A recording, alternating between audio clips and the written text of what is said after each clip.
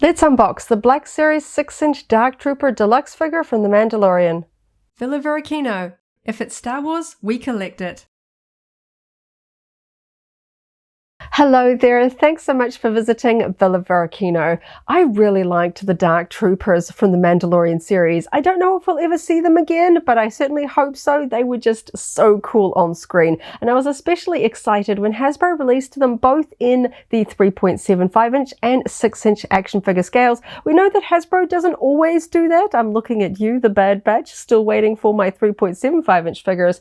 But I recently opened up the Dark Trooper Deluxe figure from the Vintage Collection line. It was in that plastic-free packaging, windowless box, so it was a bit of an adventure finally getting my hands on that figure. And after that adventure, I am just now really curious about the Black Series version. As you can see, it is still in its box. I haven't taken this one out. Now, since I've opened up my 3.75-inch figure, I really want to get this one out and add it to my Mandalorian Black Series display. I'm hoping it is a little bit better than the TVC version. So thank you so much for hanging out with me today. Coming up really soon, I'll get the figure and all of the accessories out of the packaging so we can look at all of the details. But first, let's take one last look at the deluxe box. For the TVC 3.75-inch figure and this Black Series 6-inch figure, Hasbro released the Dark Trooper as a deluxe figure. And while I don't always agree with Hasbro's decisions on which figures should be deluxe, I do agree on this particular case for the Dark Trooper. It is a taller and sort of wider figure. And if I think about some of the other deluxe figures we've seen recently, like Darth Malgus, certainly the scale of the character does fit with the deluxe packaging. Malgus only has the one accessory. The Dark Trooper technically has hands and these flame effects and a blaster, so more accessories than Darth Malgus. I'm really curious to see if the figure is going to feel as hefty and heavy as the Darth Malgus figure, because it was really just the sheer amount of plastic that made Darth Malgus a deluxe figure. And I'm really happy that the 6-inch Black Series Dark Trooper figure was in this windowed packaging. As you can see, Darth Malgus came out during that plastic-free packaging era with no window, which is an absolute shame. I absolutely love Darth Malgus. I would have bought multiples just to have one boxed and open and all of that jazz. When Hasbro did the TVC 3.75-inch Dark Trooper, that one came out during the plastic-free packaging era. So when I opened that one, it was a little bit of adventure going through all of the accessories. This one, it's windowed, so at least I can see the figure. We've got some really fun accessories. It's definitely going to be fun to open it up, but of course we're taking a look at the packaging first, and I have a standard figure here just for a little bit more of a comparison. We can see the Black Series packaging for the deluxe figures is so much wider, but other than that, it has very much the same styling. We've got the same side angle. We can see the figure with all the accessories around, the accent color stripes, and we can see the Dark Trooper already looks a lot taller than a standard human character. Whether it really necessitates that higher price point for deluxe figures, I don't know. We certainly did get some very hefty figures back in the day at the standard price point. I always think back to the 3.75-inch Effant Mon. That thing was an absolute beast of plastic, and it was still on the same backing card at the same price as all the other human characters. So we do pay a little bit more for deluxe figures these days, but I think the packaging for this really did look great in the bigger size. I think it would have looked a little bit squished in there for this packaging. And of course, a little bit of a further comparison, we've now got this new style of packaging we can see from the Acolyte. I love this new style. I'm really hoping that Hasbro will re-release some figures in this new packaging style. I honestly think it is absolutely the best option if you like to keep your figures in their boxes. But as of yet, I have not seen an example of a deluxe figure in this new packaging style. I'm really hoping that they will simply sort of transform this style and make a slightly sort of wider box. Like this one was slightly wider than the modern day standard figure packaging for it. But I'm really keen to see what Hasbro is going to do, because I love this new packaging style. There were just so many little positives that I really did change my mind. I love this packaging style, but this one, honestly, I think it's better. So let's go over all of the details of the Dark Troopers. So lovely big window. We can see the figure there in the side. For the Mandalorian, we sort of have this sort of mustard brown accent color. Kind of reminds me of his fight with the Mudhorn. It kind of makes me think of that sort of muddy fight scene where he sort of earns his Clan of Two signet. So I like that.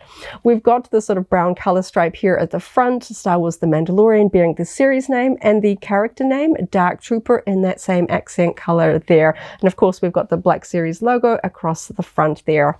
We've got that gorgeous side art here on the side of the packaging of the very serious, menacing Dark Trooper holding a blaster rifle in two hands, or sort of droid hands as you would, and then coming down to the bottom with that accent color and the character name Dark Trooper written there in black. Absolutely love this art. I think it captures that helmet just absolutely brilliantly.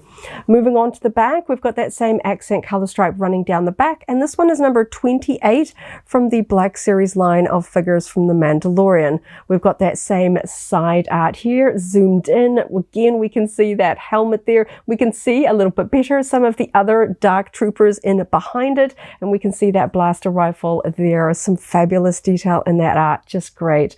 We've got a little bit of a blurb here about the Dark Trooper in a few different languages. I'll read the English.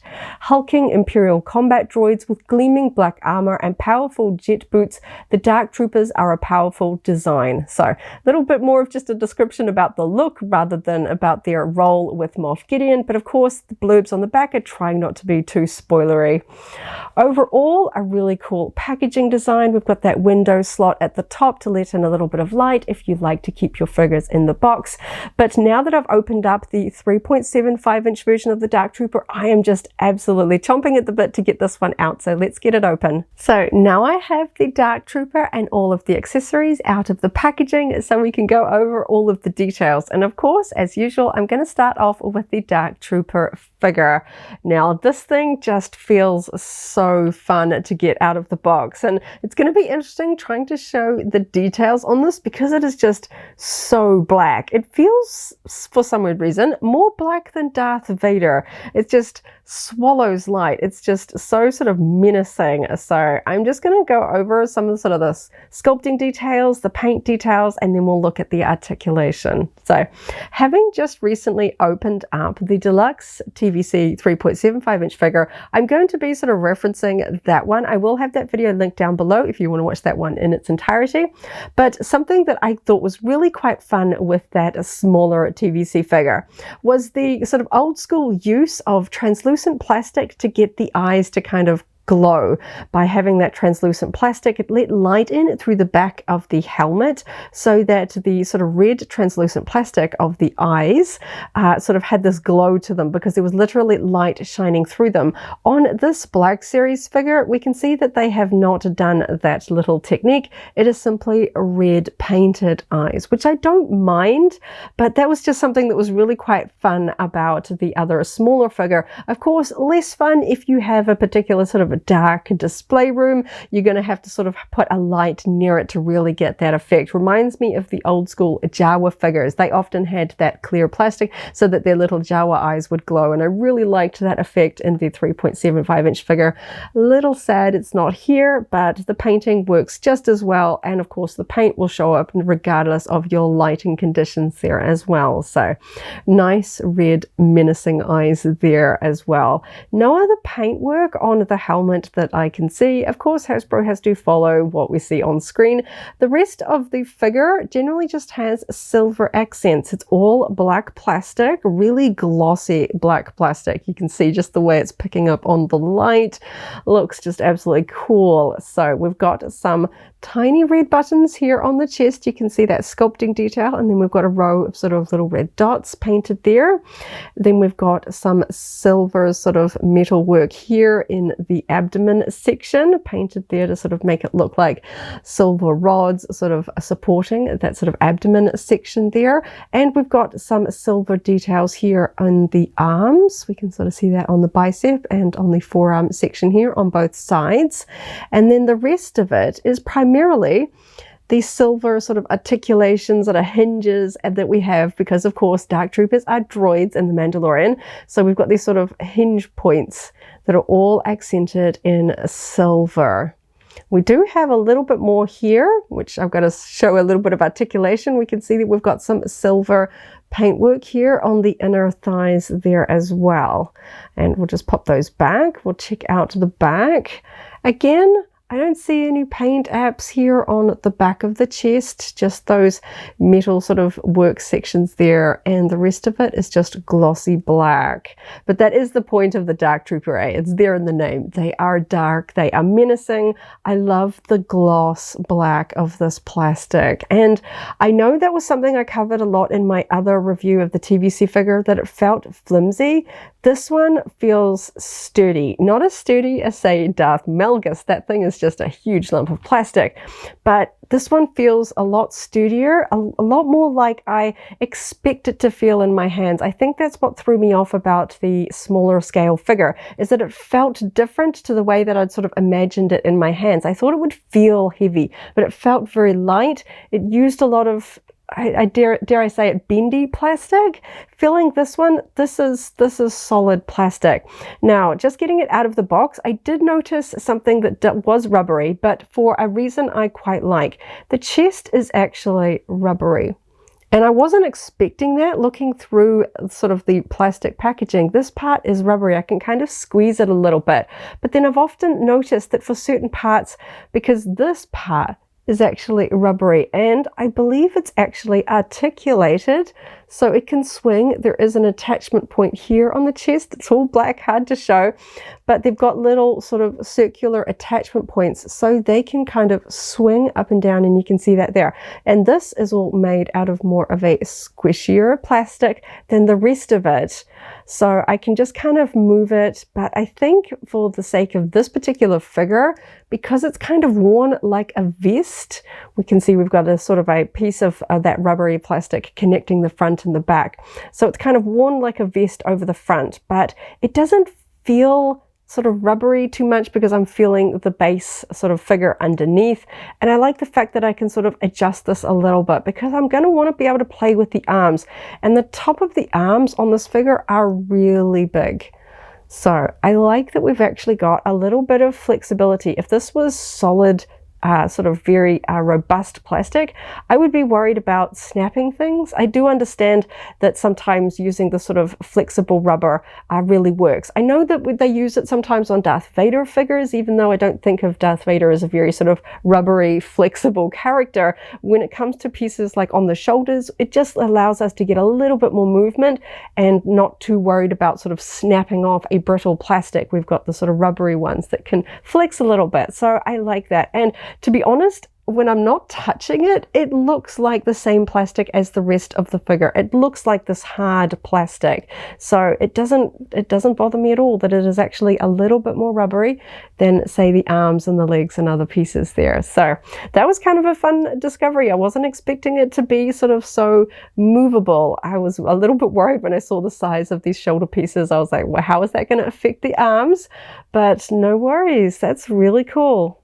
No disforming here. It all looks pretty straight. Of course, I can move it around a little bit. I'm already liking this one more than the 3.75 inch line. And I do collect both. I don't like to play favorites, but it is a little bit frustrating when you have the same character done in both lines and one was just executed a little bit better. But already I've barely gone through the details. I'm loving this larger scale version of the Dark Trooper. It just feels nice in the hand to hold. He feels sturdy and just that sort of heavy robot sort of clunk.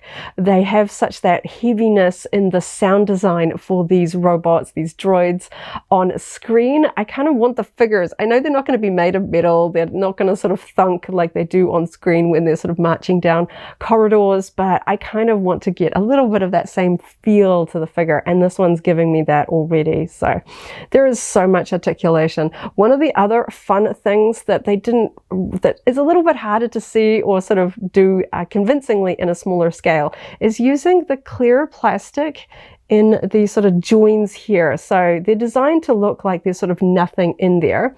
If I just sort of articulate one of them so I can show it a little bit better. Let's see how easily. We should be able to see that clear sort of plastic. It's kind of like a little peg kind of inserted there, because of course they need a little bit more stability. It's not going to be completely hollow, but I really like that clear plastic used in the joints, you know, just to sort of look like they're hollow, but we still have that sturdiness in the articulation points. And we can see just some of the articulation. The thickness of the thigh and calf pieces here means that that is hitting here. So that knee's not gonna go all the way back. So if I put that there, it's a pretty good angle, but we're gonna stop there. And then for the feet, we've got a really nice range of motion there, and they feel really nice. I like that, particularly with the figures that are not sort of standard human body shapes. I do get worried about needing a little bit more wiggle room in terms of the articulation to really get poses right, because of course these pieces are just very different to sort of the standard sort of calves and feet. I want to get all of the movement that I might need, especially with such a top-heavy character as well. I really want to make sure that he's going to be sturdy on the bookshelf, because he will just absolutely, like, he's leaning forward and those ankles are actually holding him up. That's quite impressive. Of course, I'm going to be spending a bit of time really getting a good pose with these ones, because you don't want them to stand like a human character. You want them to stand very robotically. Now, one of the other parts that I found a little bit of problems with the smaller TVC figure was the articulation around the tops of the legs and the hips. They sort of felt like I was flexing the rubbery plastic rather than actually moving the articulation. And I can already see some of that fantastic sculpting that I was not really expecting in sort of hidden behind the top of the thighs. So when the thighs are facing forward, we've got this big sort of thigh plate coming all the way up. When I swivel that to the side, there is a lot of sculpting going on in there. It's just absolutely fantastic. The pose is a little bit odd, but I just really wanted to show that in there. Of course, it's shiny black. It's hard to see. I'll probably throw some pictures up to hopefully show that a little bit better, but I really like the sculpting. We've got some tubes coming in here as well. Really nice. So let's really test out the articulation at the hips. I'm hoping it's better than the TVC figure. So if I swivel that thigh plate to the side to get that high point away from the front, let's see, I can get that one up, and it does feel like it's got a good click to it. I don't feel like I'm bending plastic. It's not going to go up too high because of this silver part here sort of hitting on what would be the codpiece on Stormtrooper armor, but I can get it turned to the front pretty reasonably well. So that's a lot higher than I thought I might be able to get from the Dark Troopers. I can get the leg to that position. Really nice. Oh, I just love that side piece. The shiny gloss, I keep saying it, but I love it. Looks fantastic. Okay, so better articulation there at the hips. I was kind of hoping the larger scale and perhaps sturdier plastic would really improve the way that I can move and get some fun posing there with the legs. That's not too bad. That's a lot better than I was expecting to get from this one. Already off to a great start with this one in terms of the posing I can get. So another point that sort of felt a little bit flimsy was around the waist on the smaller figure. And of course, we are going to get that because it is very narrow, obviously much narrower than a human would have through the waist here. It's got this very small attachment point, and then we've got these sort of metal poles. Of course, they're plastic, but they're painted silver to look metal, that are sort of supporting it. Of course, there are certain elements to this that are going to remind me of the iconic Terminator droid from the Terminator films, just those sort of the poles there, I just keep calling them poles, holding up the torso there. So usually on human figures, we've got an articulation point here. It's sort of below the chest, which is very in line with Clone Trooper and Stormtrooper armor. We often have this articulation point. So that was very rubbery and sort of tight on the TVC figure. This one feels really nice. I can rock it back. We can twist it to the side without feeling like I'm going to break something. It feels nice. It's just great movement.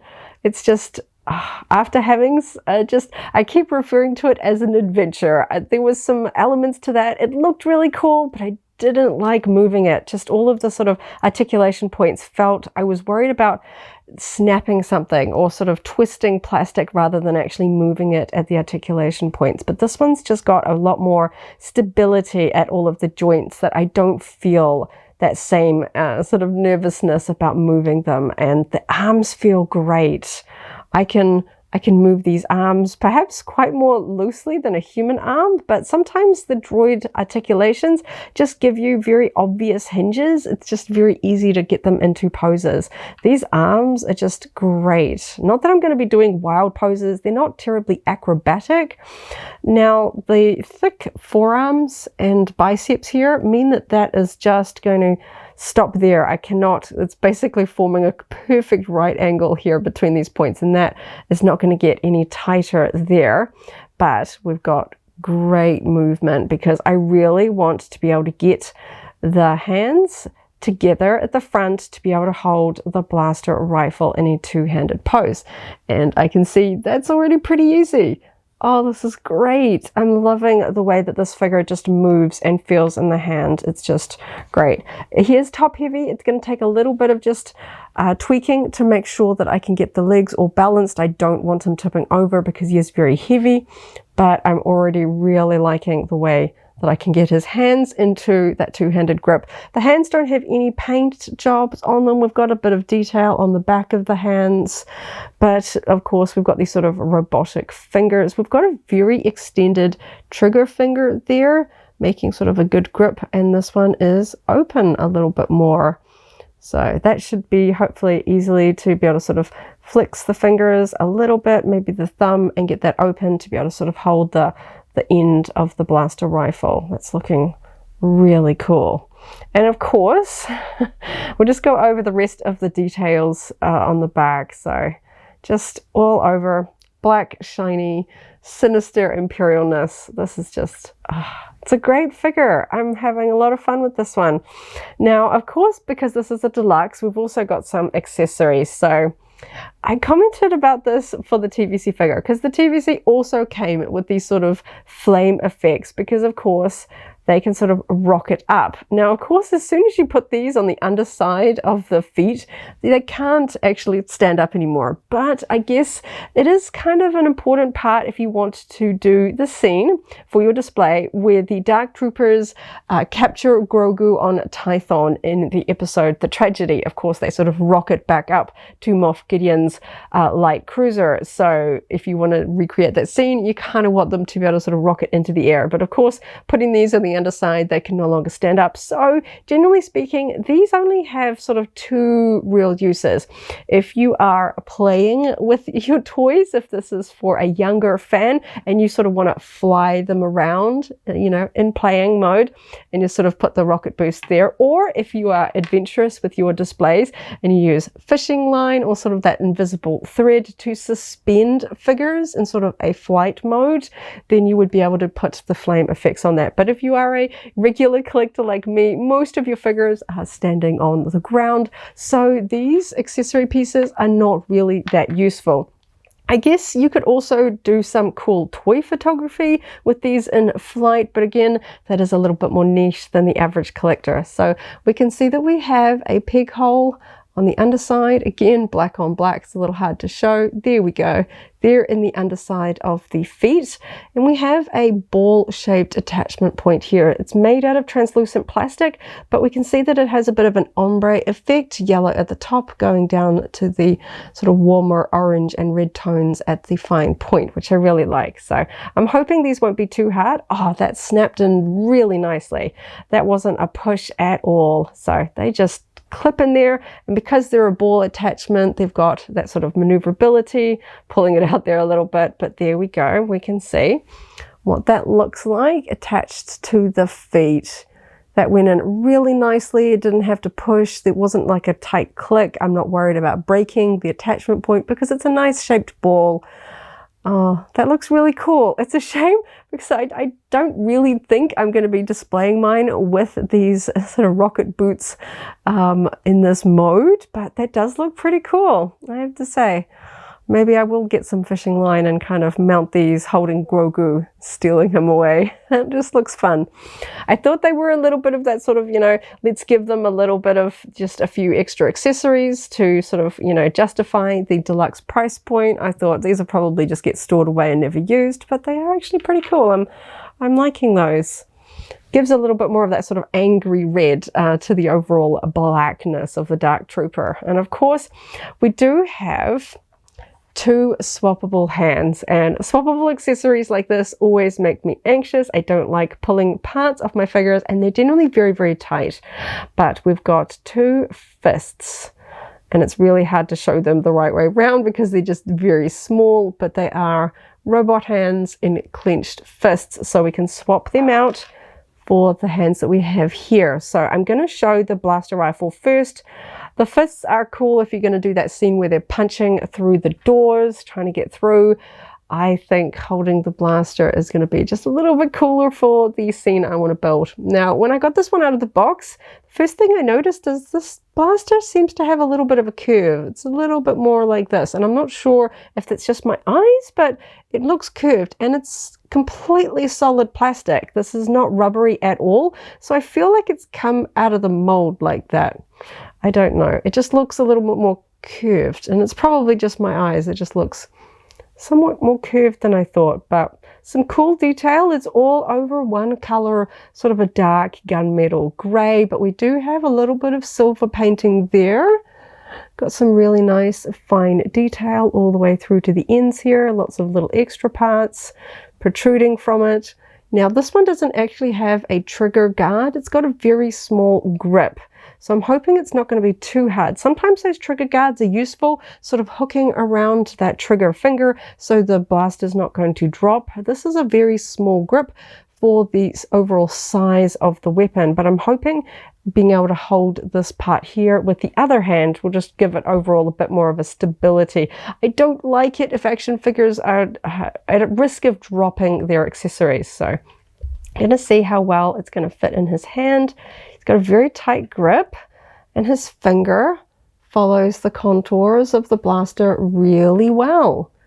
It's nice. There's like a little bit of sort of a sculpted groove, and his finger is resting on that really nicely. That went in there quite firmly, and even though that's a small grip, he feels like that's a really tight, firm grip on that blaster. It doesn't feel like that's going to come out, so really happy about that. And now if I can get his articulation going. He's got a very tight thumb here, so I'm not sure if I can press this in. It's very tight. I'm hoping, oh, okay, that popped in there. There we go. Took just a little bit of pressure to push it past his tight thumb, but there we get the two-handed blaster rifle pose. It's kind of interesting that the blaster rifle itself isn't glossy black. It does have a bit of contrast with the figure, but I feel in some ways that helps it stand out a little bit. I can actually see the blaster rifle in the hands as opposed to just kind of getting swallowed up by the shiny gloss black. That looks really nice. Really good two-handed grip. That is absolutely sturdy. And his hands are holding that really nicely. So good grips there on the hands. So now I've just got that last anxious part there. He's probably not even going to want to let go of this because that's a very sturdy grip. I like that. So the last part is swapping the hands. So I'm not sure if I'm going to do both. I'm just going to probably pull out one. So we can see that the hands have a attachment hole on the underside, not pegs. So I'm hoping the hands on the actual figure are just going to pop off.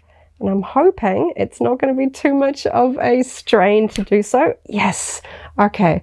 It was a bit of a pull, but I was able to get that hand off. We can see the attachment point and the peg. It's small. I do get anxious that this will somehow break because then you've just got to glue the hand on and it's a whole mess. So now I'm going to make sure that I put the right one on. That would be annoying.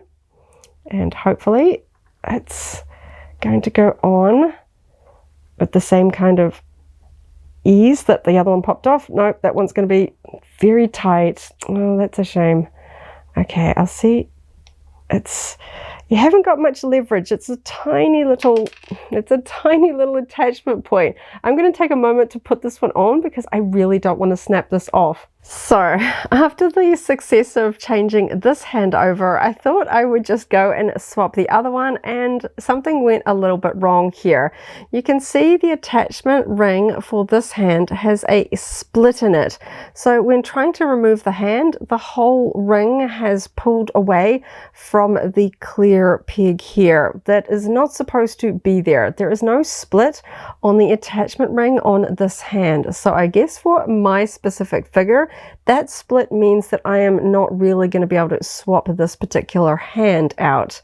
That is a shame. This is the reason why I get anxious swapping out accessories like hands, attachable pieces, because all it takes is a small piece of plastic to give way. You can see that split in the ring there. That just means that now I'm always going to have this little break here in this figure, which means I can't swap the accessories out. I know it's a fun idea, and I do like some of the options, but I wish Hasbro made them just a little bit more user-friendly in terms of swapping the pieces out. It shouldn't feel like I'm disassembling it permanently. And now I've got to spend a couple of minutes carefully trying to put this ring back over that clear peg so that I can put the hand back on, because I don't want a permanently de-handed Dark Trooper figure. I've always been anxious about the day where something would break or go a little bit wrong when swapping these parts like hands around, and I guess today was the day. I was having so much fun with this Dark Trooper. I was loving all of the details. This hand popped off a little bit easily. You can see it didn't quite snap back on. I can kind of see the articulation point, but after this one, I didn't go back in and fully put that one on there because I'm going to want to put the blaster holding hands back on. So we tried for quite some time to actually reattach this hand. The hand is actually fairly stiff plastic, and it took the good old hot water trick. We put the hand in the hot water just to loosen up the plastic a little bit to finally get that ring back in alignment. And as you can see, it's all looking good now, but as you can imagine, I am never going to be swapping this hand off again. It is going to be permanently attached. I know it's fun to have those options, but Hasbro needs to make the pegs a lot more smaller, easily adjustable, so that we can actually swap the parts out without risk of breaking our not so cheaply affordable Black Series figures. These are not in everyone's budget. We shouldn't be able to break them in such a crucial way just by doing the accessories that Hasbro gives with us. So I'm going to swap this other hand back to its original pose. Then we can sort of wrap up this adventurous unboxing. So now I finally have the Dark Trooper back with his original hands holding his blaster rifle. One thing I forgot to show was just the articulation of the head, or helmet, I guess. It's a little bit tight on my particular figure, but I can get it round to the sides fairly easily. The thing that I really like is kind of the down, being able to sort of tilt it down and sort of back up, so you can sort of have it as he would sort of be loaded, but then looking sort of menacingly down to really get that sort of eye line pointing down.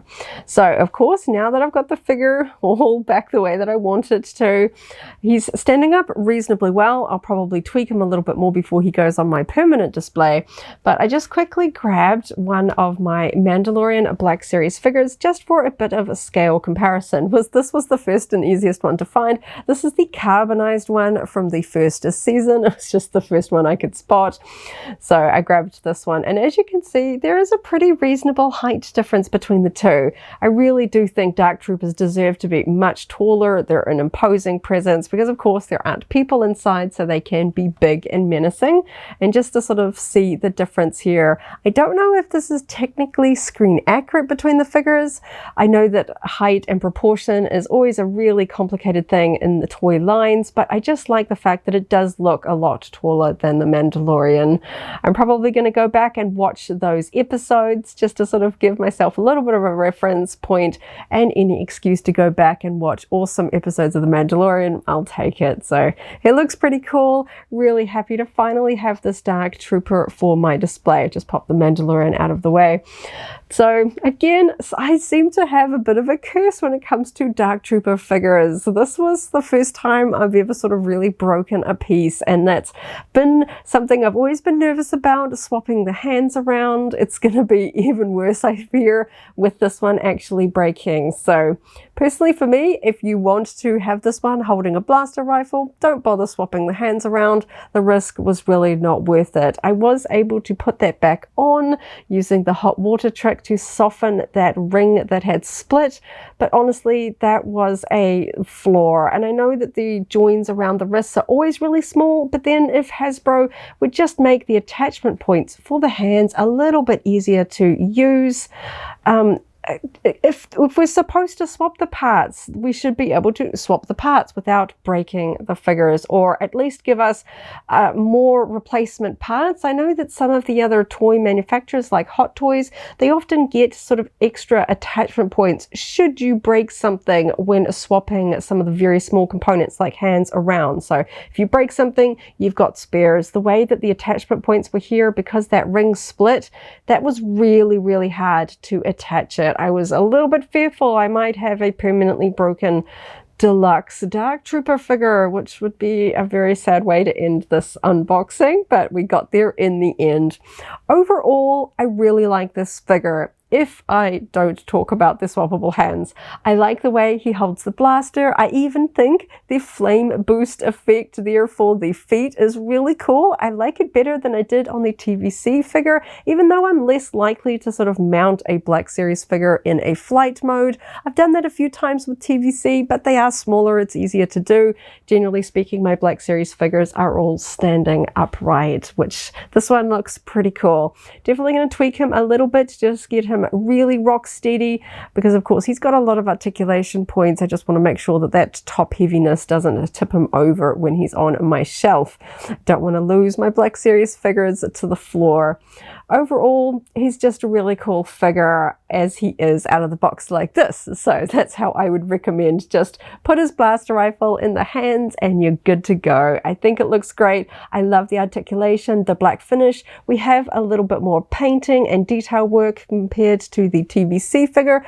I love my TVC figures, but some figures, they just render a little bit better in the larger scale, especially with all of this kind of droid detail parts for this figure. He feels sturdy the way that I really wish the TVC figure did. Even though this one does have some rubbery plastic on it, it doesn't affect the overall feel of the figure in the hand. The way that this one feels when I'm holding it, that's what I was really hoping for. I know the larger scale means that this one does feel heavier, but it just feels sturdy. I like the way the articulation feels on this figure, and overall I'm just really happy to finally have him out and for my display. And I'm just going to put those ones somewhere where I never have to think about those extra hands again, because I'm going to be anxious about that for a long time to come. He looks cool. It's a cool character from The Mandalorian. Really happy to have this one. And I am glad that Hasbro released it in both scales. I wish they would do that more often.